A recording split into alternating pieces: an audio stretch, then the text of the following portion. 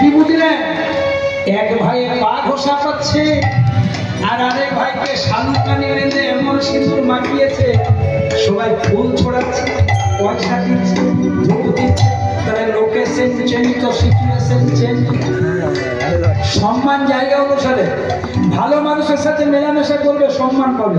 আর খারাপ মানুষের সাথে মেলামেশা করবে, 2-4 দিন পর আসামি জানিবে না, বিচার হয়ে যাবে।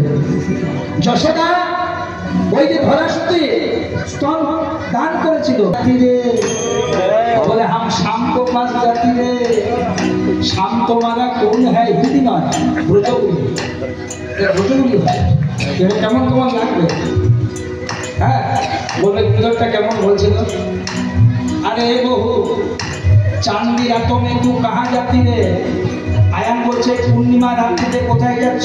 হাম শাম কো পাস জাতি রে, আমি গোবিন্দের কাছে চলেছি। শাম তোমারা কোন হ্যায়? বলে শাম हमारा पति है।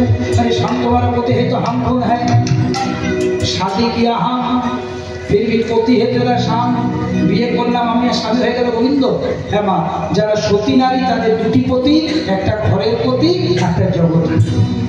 তারা আয়ানকে ভালোবেসে যাচ্ছে জগৎপতির কাছে, কোন দোষ নেই।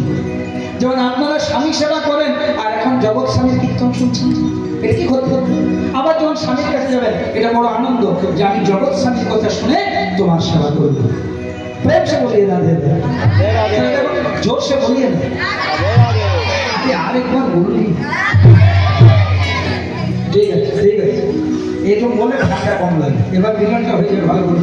এবার রাধারানী যখন যাচ্ছে, আয়ান ছিল কালী ভক্ত। একটু মার্কস ডাকতে দাও, একটু চণ্ডীপাঠে 2টো লাইন করবো। চণ্ডী স্তোত্র গাইবে, চণ্ডীপাঠ 2টো করবো। যেই না রাধারানী চলে যাবে মা, হ্যাঁ আয়ান বাধা দিয়েছে, রাধা কালী হয়ে গিয়েছে। তাকে বাধা দেবে? যার পুজো করে সেই কালী হয়ে গেছে।